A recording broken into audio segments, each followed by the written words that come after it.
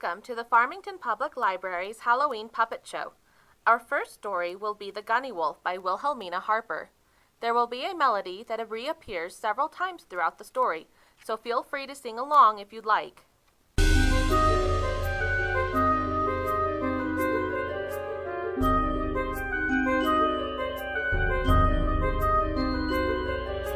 There was once a little girl who lived with her mother very close to a dense jungle. Each day, the mother would caution little girl to be most careful and never enter the jungle because, if she did, the Gunniwolf might get her.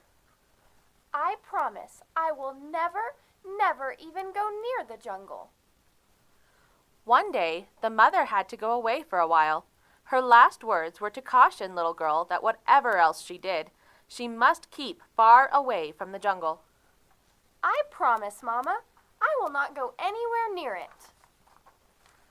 Mama was hardly out of sight, however, when little girl noticed some beautiful white flowers growing at the very edge of the jungle. Oh, wouldn't I love to have some of those flowers? I'll pick just a few. Come-qua-ki-wa, come-qua-ki-wa. All of a sudden, little girl noticed a little farther in the jungle some beautiful pink flowers growing. Oh, I must surely gather some of those too. Come-qua-ki-wa, come-qua-ki-wa. When her arms were full of white and pink flowers, she peeped a little farther into the jungle and saw some beautiful orange flowers growing. Ooh, I'll take a few of those. And what a pretty bouquet I'll have to show my mother. Come-qua-ki-wa, come-qua-ki-wa. Suddenly, up rose the Gunniwolf, which startled little girl. Little girl, why for you move? I no move. Then you sing that good sweet song again. So she sang the song she had been singing. Come-qua-ki-wa, come-qua-ki-wa. And old Gunniwolf fell asleep. Away ran little girl as fast as she could. The pitter-patting of her feet woke the Gunniwolf up, and he ran after her until he caught up beside her.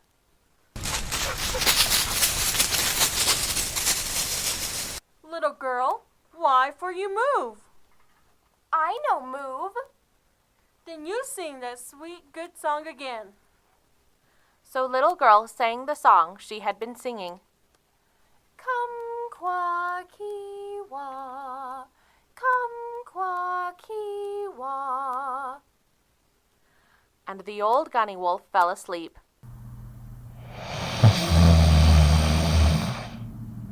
Away ran the little girl as fast as ever she could. And again.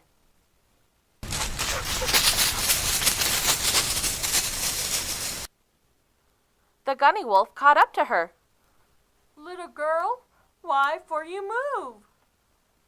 I no move.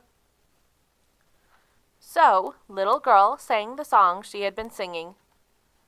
Come-qua-ki-wa, come-qua-ki-wa. And the old Gunniwolf fell asleep. Then away ran little girl until she came to the edge of the jungle. Little girl ran all the way to her very own door.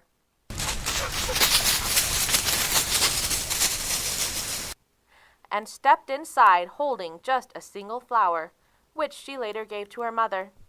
From that day to this, little girl has never gone into the jungle again.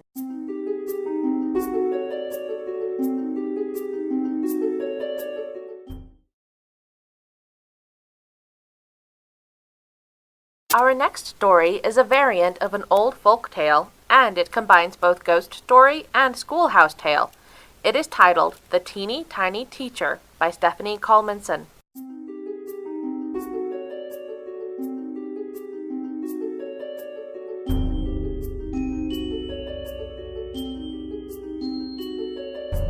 Once upon a time, there was a teeny tiny teacher who taught in a teeny tiny school in a teeny tiny town.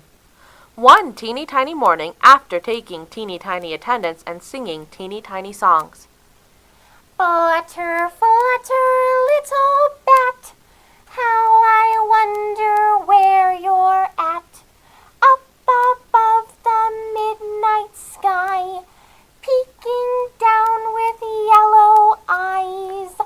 Flutter, flutter, little bat, how I wonder where you're at. The teeny tiny teacher said, Who would like to take a teeny tiny walk?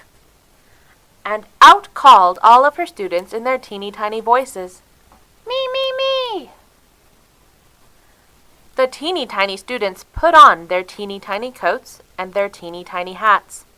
They made two teeny tiny lines holding teeny tiny hands as they walked to a teeny tiny park. At the teeny tiny park they found many teeny tiny things. Teeny tiny leaves, teeny tiny sticks, teeny tiny rocks, teeny tiny feathers, and the teeny tiny teacher found a teeny tiny bone. I will save this teeny tiny bone for our teeny tiny science lesson. And she put the teeny tiny bone into her teeny tiny pocket.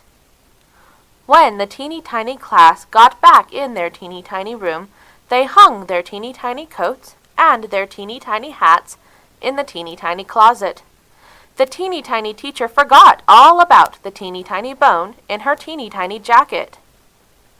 Who is ready for a teeny tiny snack? We are! While the teeny tiny teacher was filling teeny tiny cups with juice, a teeny tiny voice whispered, Give me my bone. Ho! The teeny tiny teacher smiled, thinking a teeny tiny student was playing a teeny tiny trick on her. Someone is being a teeny tiny bit silly. Then she handed out the teeny tiny cups of juice and passed around teeny tiny cookies. The teeny tiny students were enjoying their teeny tiny snack when the teeny tiny voice said a teeny tiny bit louder, Give me my bone. The teeny tiny students were a teeny tiny bit frightened. Oh my! They spilled their teeny tiny cups of juice and dropped their teeny tiny cookies all over the teeny tiny floor. Someone is being more than a teeny bit silly now. Teeny tiny students who have something to say must raise their teeny tiny hands. The teeny tiny voice came from our teeny tiny closet. Teeny tiny closets do not talk. Then she helped her teeny tiny students clean up the teeny tiny room. When the teeny tiny room was a teeny tiny bit tidy, the teeny tiny teacher said, Who would like to help me write a teeny tiny story about our teeny tiny walk? Me! They were all taking turns telling the teeny tiny teacher what to write when the teeny tiny closet started to shake and rattle, and the teeny tiny voice called out a teeny tiny bit louder, Give me my bone. Now the teeny tiny students and the teeny tiny teacher were a teeny tiny bit frightened. They hid under their teeny tiny desk. They had been hiding just a teeny tiny time when the teeny tiny voice called out a teeny tiny bit louder than before, Give me my bone. This made the teeny tiny teacher and her teeny tiny students a teeny bit more frightened, so they hid a teeny tiny bit farther under their teeny tiny desks. They were shivering and shaking a teeny tiny bit when the teeny tiny voice called again a teeny tiny bit louder. Give me my bone! The teeny tiny teacher was not about to let a teeny tiny voice frighten her teeny tiny students another teeny tiny minute. Ahem! So she popped up from her teeny tiny desk and shouted in her loudest teeny tiny voice. Well then, just take it!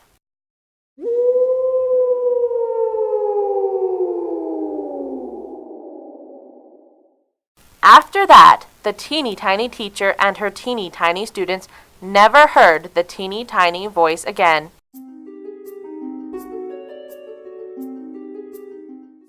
The following story is another retelling of an old folk tale you might be familiar with, The Little Red Hen, only this tale is called The Little Green Witch by Barbara McGrath.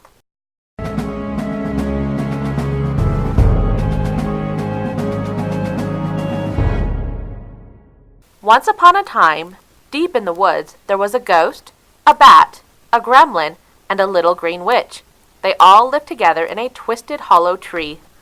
The ghost liked to float lazily above the steaming cauldron. Ah, this is the life. The bat liked to hang around snoozing in the broom closet. The gremlin liked to nap in the dark, dank cupboard under the sink. This is just right. So the little green witch did all of the unhousework. She stirred the brew, spread the soot, and hung all of the cobwebs. She mixed the potions and dirtied the laundry.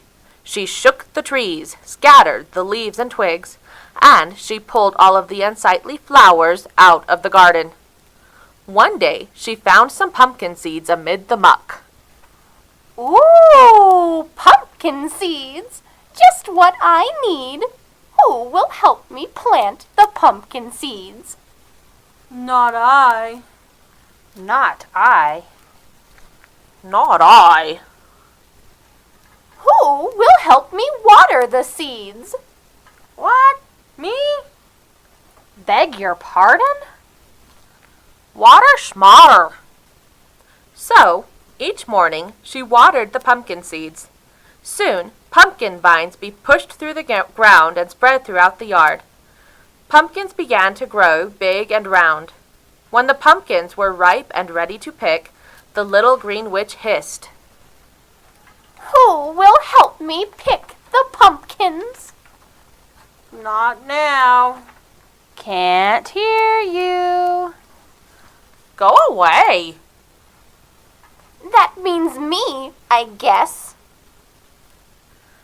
After picking the pumpkins, the little green witch screeched. Who will help me scoop the yuck and the gloop from the pumpkins?